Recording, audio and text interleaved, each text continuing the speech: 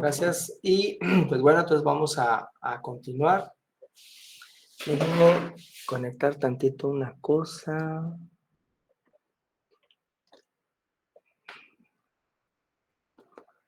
A ver.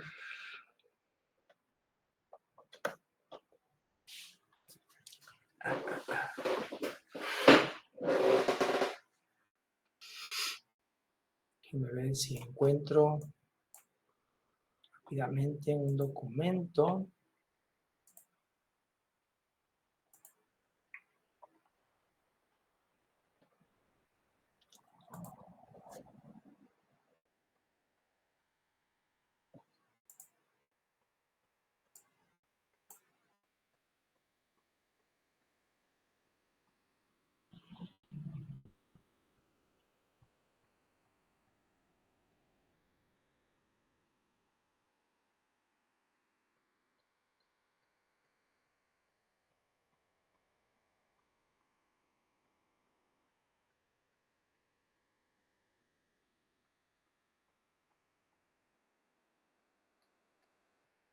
No, no lo encuentro ahorita.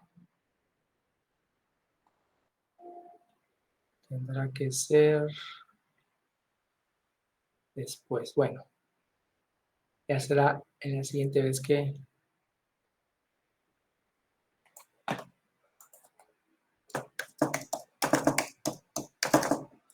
A ver, déjenme ver.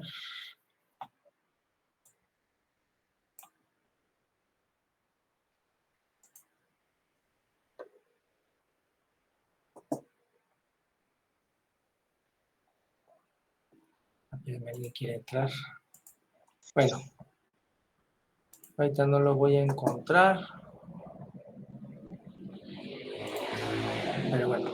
Entonces, mis hermanos, no sé si estuvieron acompañándonos en la sesión del domingo. No sé si vieron la sesión grabada.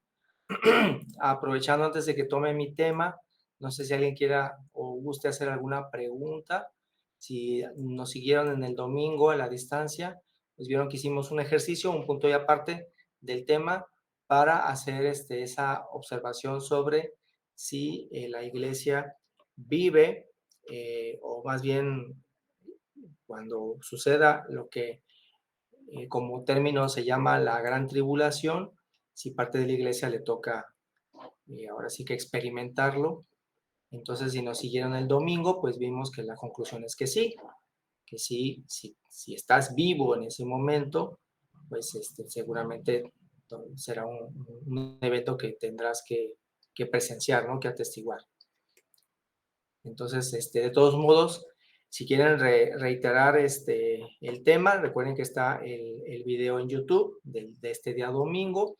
Y también les quiero recomendar que yo en algún momento, recuerden que ya hice un estudio donde analizamos el Apocalipsis paso a paso, todos los capítulos del Apocalipsis, y de alguna manera ahí también está explicado lo que comentamos el domingo, aunque de todos modos seguíamos con con la apertura de que si en algún momento alguna hermana o hermano encuentra un contraargumento, es bienvenido y se puede también analizar, porque así es como vamos creciendo en la interpretación de los textos, ¿no? O sea, siempre es importante dar apertura, decir, no, pues yo creo que sí pasa a algo contrario, entonces se escuchan los textos que nutren esa idea y se analizan y así se sigue incrementando el conocimiento en el tema, pero al menos hasta donde pudimos analizar el domingo, pues así quedó, ¿no?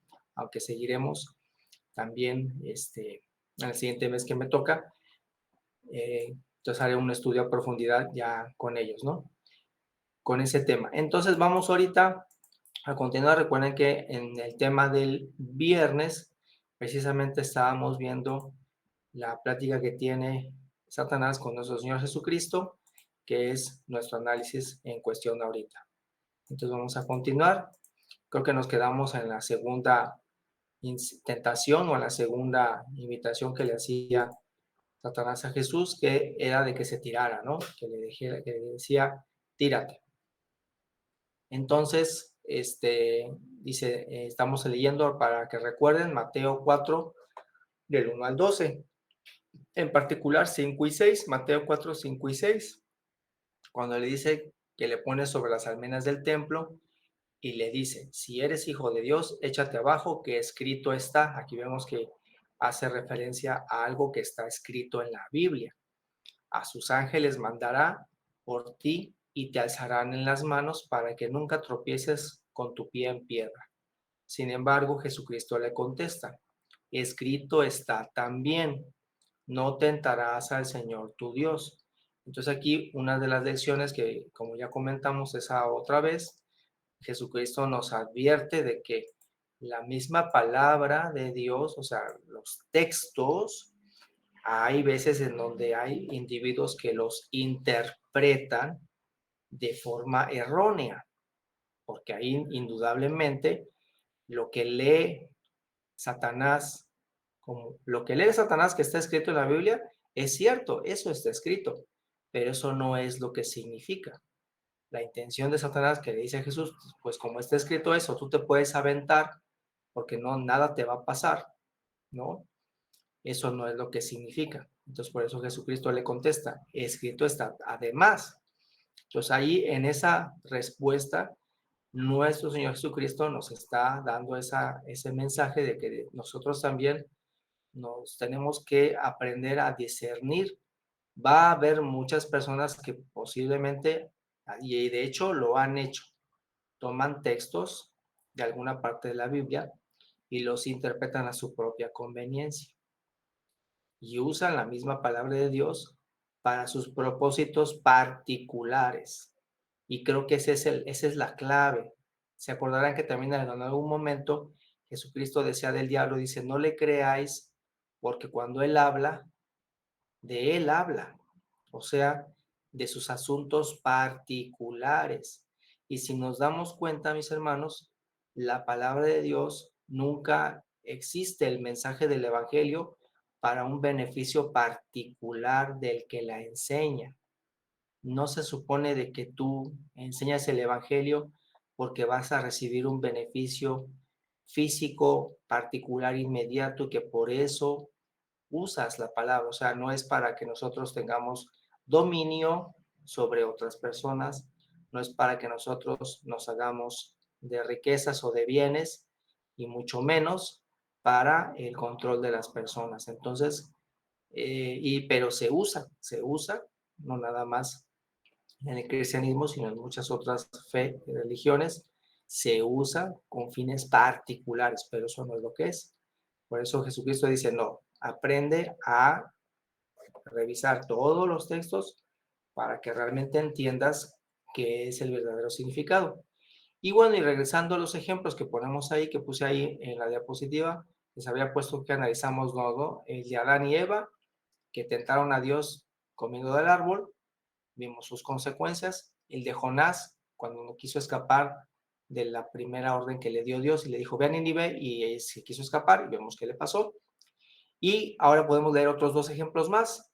El de los ángeles rebeldes, por ejemplo, cuando se metieron con las mujeres, ellos en particular. ¿Qué dice segunda de Pedro 2:4? Segunda de Pedro 2:4.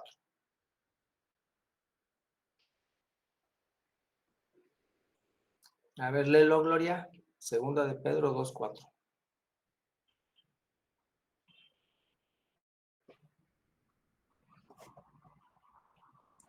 Voy.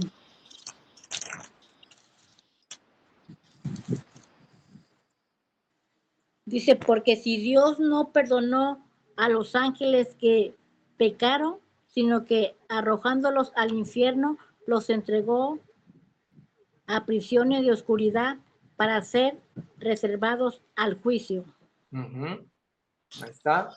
Vemos que estas, digamos, entidades celestiales también actuaron de una manera, tomaron una decisión, la ejecutaron, ¿verdad? La llevaron a cabo y pues Dios les mostró un resultado inmediato, ¿sí? Los mandó a un infierno que en este caso se refiere a algo que está debajo de, ¿sí? Ahí es la intención de la palabra, porque recuerden que infierno no necesariamente no significa un lugar con llamas, un lugar con fuego, no, sino significa algo que es abajo de. Y vamos a ver la palabra, la etimología de la palabra.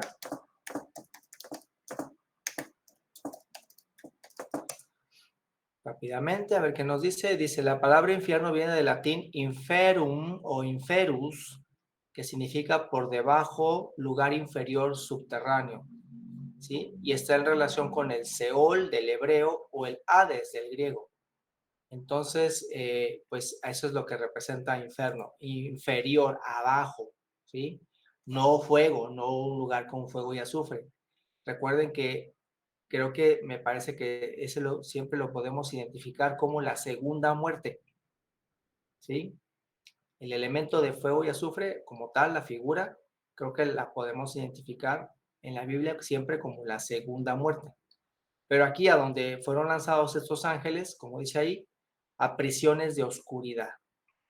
Y creo que se maneja ahí ese concepto o esa idea ahí en Segunda de Pedro. Fueron encadenados y como dice ahí bien el texto, ahí ellos esperan, a ellos sí, en ese momento están en esa prisión, pero esperan que, así es, el juicio.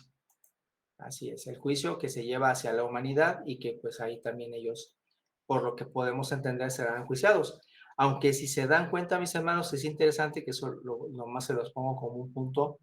En el Apocalipsis no parece, no aparece el momento de ellos. Es interesante revisarlo, pero de momento son pasados por alto. Tal vez porque al final de cuentas en el Apocalipsis los protagonistas ahí que deben resaltar pues somos nosotros, que es a quien va dirigido el mensaje, indudablemente, ¿no? Que nosotros nos esforcemos para participar de la gracia de Cristo, ¿no? Pero bueno, ahí está ese ejemplo, los ángeles rebeldes y su acción, que fue inmediatamente, Dios les dio una respuesta inmediata. Otro ejemplo más, que es este, yo le puse como, fue un resumen, porque es una historia de un profeta, este le puse yo como el profeta de Judá. Está su historia en el libro de Reyes. Entonces vamos a irnos a Primera de Reyes 13, Primera de Reyes 13, del 1 al 23. Y a ver, ahí le pido a Rocío, ¿nos puedes hacer la narración de esta historia? Primera de Reyes 13.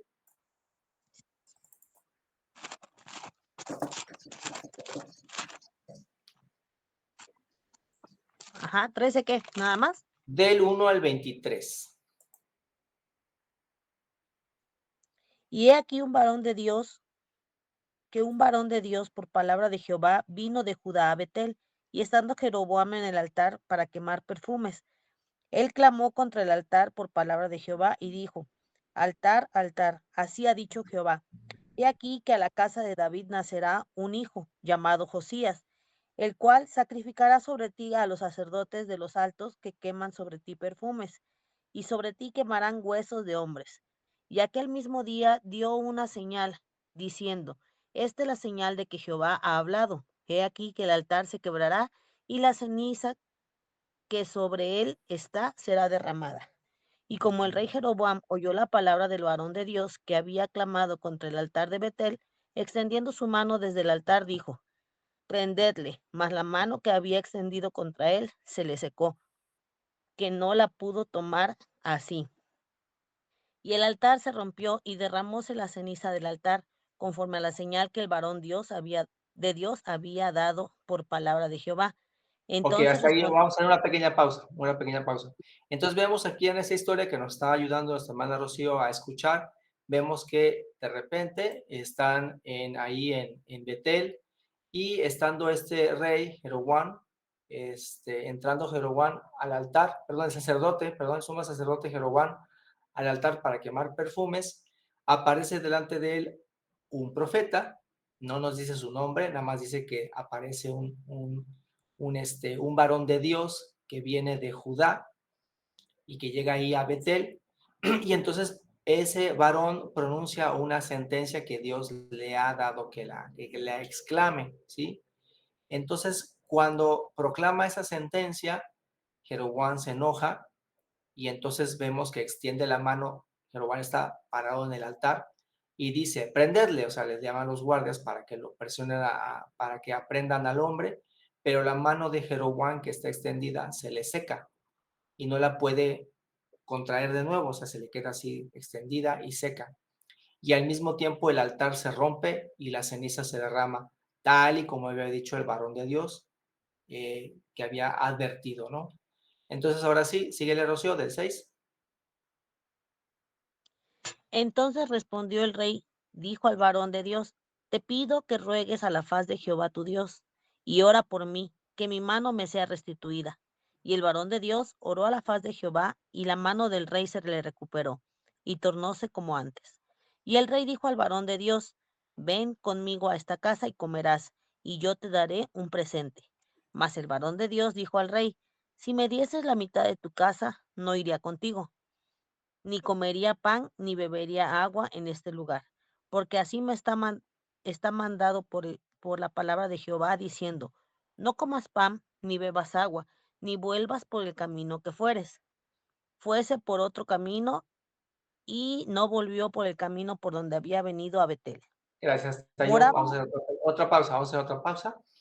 Aquí vemos que después de los sucesos que nos acaba de nuestra hermana, observamos que efectivamente el Jeroboam le solicita al hombre que le pida a Dios que le pueda restaurar su brazo, ¿verdad?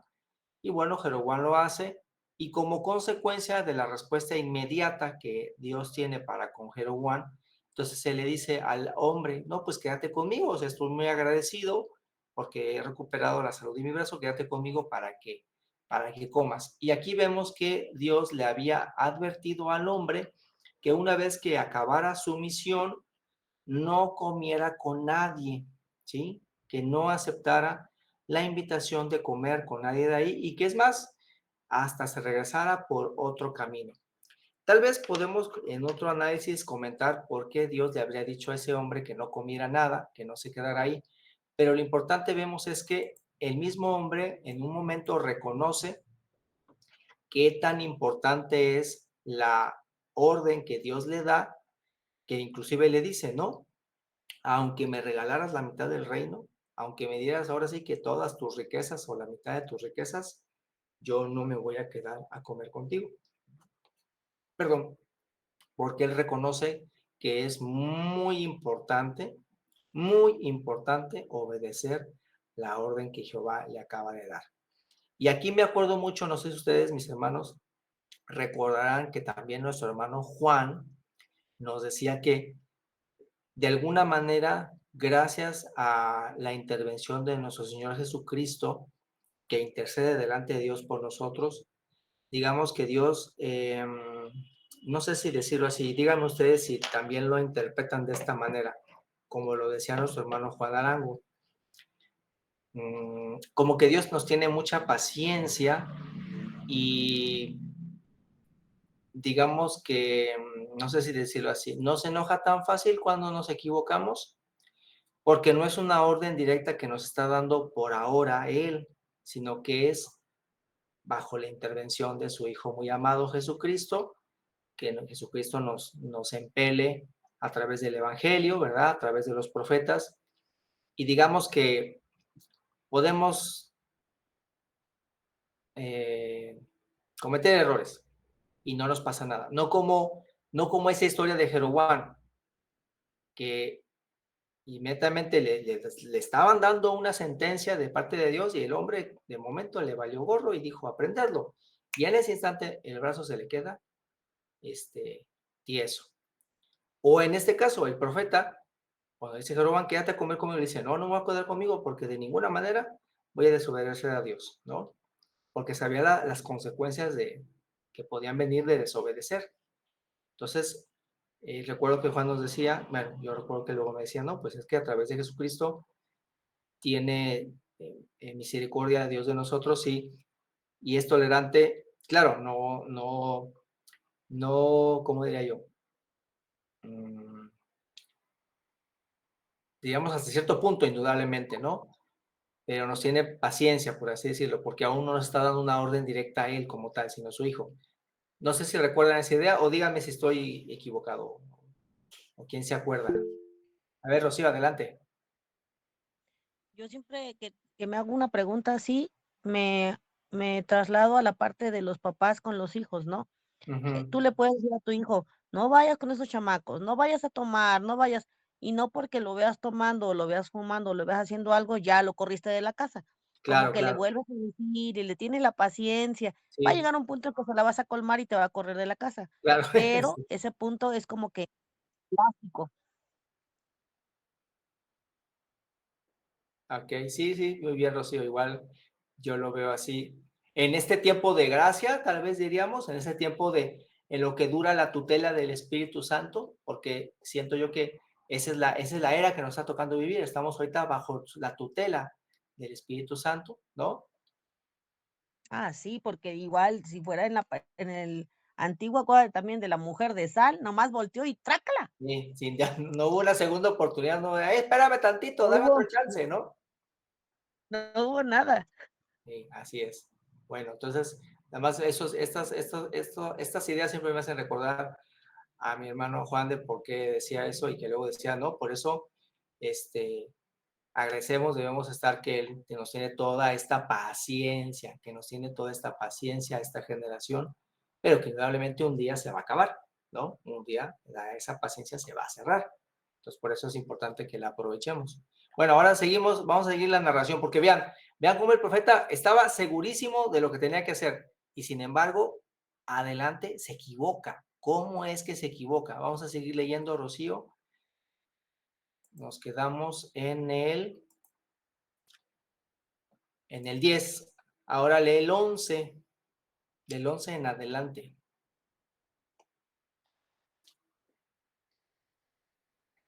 No te digo, Rocío. Prende tu micro.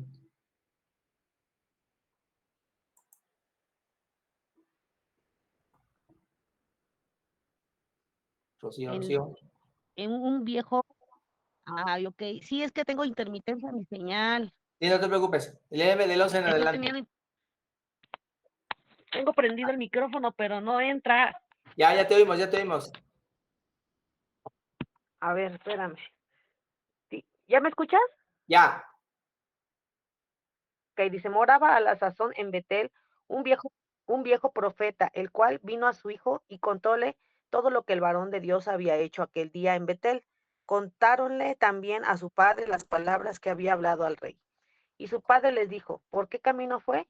Y sus hijos le mostraron el camino por donde se había tornado el varón de Dios, que había venido de Judá. Y él dijo a sus hijos: Enalbardadme el asno.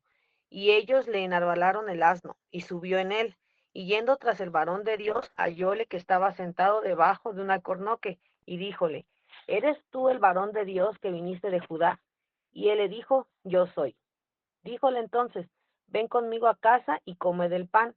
Mas él le respondió: No podré volver contigo, ni iré contigo, ni tampoco comeré pan, ni beberé agua contigo en este lugar.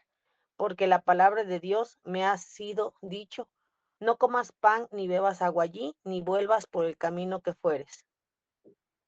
Y el otro le dijo: Yo también soy profeta como tú, y un ángel me ha enviado por palabra de Jehová, diciendo: Vuelve contigo a tu casa para que coma pan y beba agua. Empero mintióle. Pausa, Entonces volvió hasta con ahí, pausa. Vean, creo, díganme ustedes qué opinan mis hermanos sobre la narración de esa historia. Veo que entonces qué tan importante es que, como dice el Señor Jesucristo, mirad que nadie os engañe. O sea, al profeta, el hombre era un profeta de Dios, o sea, no era Mauricio, Mauricio X, ¿no? Era un profeta. Y él como profeta, Dios directamente, quiero entender, le había hablado y le había dado la orden. Vas allá a Betel, dices esto, y ya que hayas dicho esto, no te quedas a comer con nadie, sino que te regresas. Y todo iba bien, y ven que lo va a seguir este otro hombre, y vean que le dice, oye, quédate a comer conmigo. Y todavía el profeta de Judá le dice, no, no me puedo quedar contigo porque me fue dicho esto.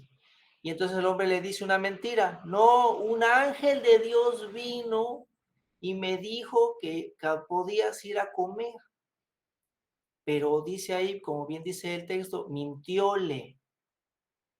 Entonces, ¿qué lección aprendemos ahí? O sea, no es que te digan, no, sí, es que un ángel vino y me dijo que te dijera que bla, bla, bla, bla. Y tú dices, bueno, pero si yo ya aprendí los 10 mandamientos, yo ya me sé lo que dijo Jesucristo, yo ya sé lo que dijeron los profetas, pero ahora llega esta persona que a lo mejor viste muy bonito, que huele muy bonito, que habla muy bonito, con palabras muy, muy hermosas, y te dice, no, es que a mí ayer un ángel también vino y me dijo que ta, ta, ta, ta, y pues resulta que, ¿qué? Que pues que no, ¿no? No, no es que vengan y te digan que también vino otro ángel y te dijo, no, o sea, creo que aquí lo que nos enseña, bueno, vamos a terminar de leer la historia, porque vean la conclusión. Leímos ahí donde dice mintióle, ¿verdad? Y leímos el 18, entonces vamos a leer el 19. A ver, Rocío. 19. Sí. Entonces volvió con él y comió del pan en su casa y bebió del agua. Y aconteció que estando ellos a la mesa, fue palabra de Jehová al profeta que le había hecho volver. Y clamó al varón de Dios que había venido de Judá, diciendo, así dijo Jehová, por cuanto has sido rebelde al dicho de Jehová, y no guardaste el mandamiento que Jehová tu Dios te había prescrito, sino que volviste y comiste del pan y bebiste del agua en lugar donde Jehová te había dicho, no comieses pan ni bebieses agua, no entrará tu cuerpo en el sepulcro de tus padres. Y como hubo comido del pan y bebido, el profeta que le había hecho volver, le enarboló un asno, y yéndose topóle un león en el camino y matóle. Y su cuerpo estaba echado en el camino, y el asno estaba junto a él, y el león también estaba junto al cuerpo. Y he aquí unos pasaban y vieron el cuerpo que estaba echado en el camino, y el león que estaba junto al cuerpo, y vinieron y dijéronlo en la ciudad donde el viejo profeta habitaba. Y oyéndolo el profeta que le había vuelto del camino, dijo, el varón de Dios es el que fue rebelde al dicho de Jehová. Por tanto, Jehová le ha entregado al león que, que ha quebrantado y muerto conforme a la palabra de Jehová que él le dijo. Bueno, hasta ahí, vamos a dejar hasta ahí. ¿Hasta cuál? Sí, hasta ahí está bien, está bien. Ya después ese profeta va por el cuerpo y lo entierra. Y ya. Pero ese mismo profeta, bueno, estoy aquí leyendo en el 31, dijo a sus hijos, cuando yo muriere, enterradme en el sepulcro en el que está sepultado el varón de Dios, poned mis huesos junto a los suyos, porque sin duda vendrá lo que él dijo a voces por palabra de Jehová contra el altar de Betel y contra todas las casas de los altos que están en las ciudades de Samaria. Bueno, pero entonces, ¿cómo ven, mis hermanos? ¿Cómo ven esta historia? ¿Qué lección nos deja?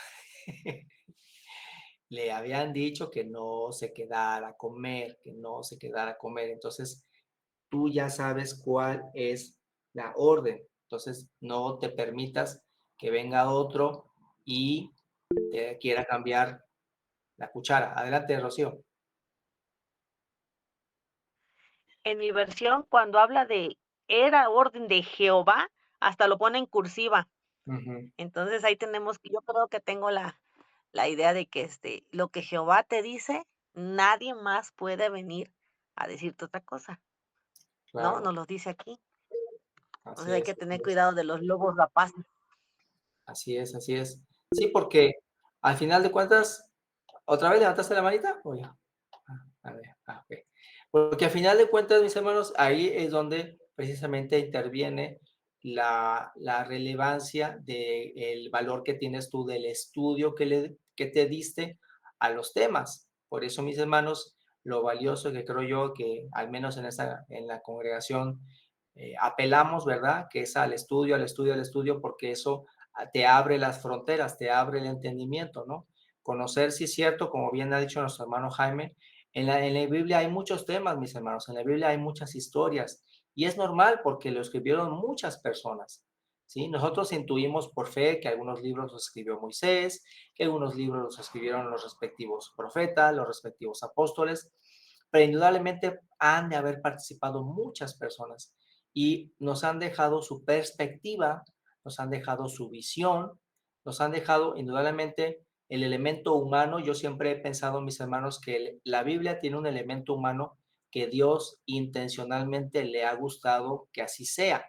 De otra manera, Dios mismo nos podría haber bajado del cielo un libro. ¿Nunca se han preguntado eso? La Biblia no bajó del cielo. La Biblia, como bien lo comentamos en el estudio anterior, recuerden que es una compilación de historias que indudablemente, en mi opinión, de acuerdo a lo que he aprendido con nuestro hermano Jaime, se originó en el momento del cautiverio del pueblo de Israel por parte del rey Nabucodonosor, cuando Esdras decidió poner orden. Fue ahí cuando se empezó a dar realmente el génesis de lo que eventualmente llamaríamos el Pentateuco, ¿sí? Y a lo largo de la historia ha habido diferentes momentos en donde, como bien dicen más adelante, ¿no? Siglos después, alguien escribió luego en los evangelios, que creo que dice: Teófilo, muchos han querido poner orden a las cosas, pero yo te escribo y quiero poner orden y aquí te escribo como yo lo sé, ¿no? Entonces hay una participación humana que indudablemente yo pienso que Dios así le ha placido. De otra manera, repito, pues es muy fácil que Dios bajara y nos dijera: miren, aquí está el libro, pero no, no ha placido de esa manera. Lo que indudablemente creo yo que ya tenemos desde que nacemos, porque también eso lo comentaba con nuestro hermano Jaime, es la ley de Dios que está en nuestros corazones, que esa creo que también, esa sí nos la dejó a nosotros desde el cielo, ¿no? Bueno, mis hermanos, pues hasta ahí le vamos a dejar ahorita. Espero que les haya gustado, sobre todo esta historia en particular, por si no la habían leído, pues ahora ya la conocen.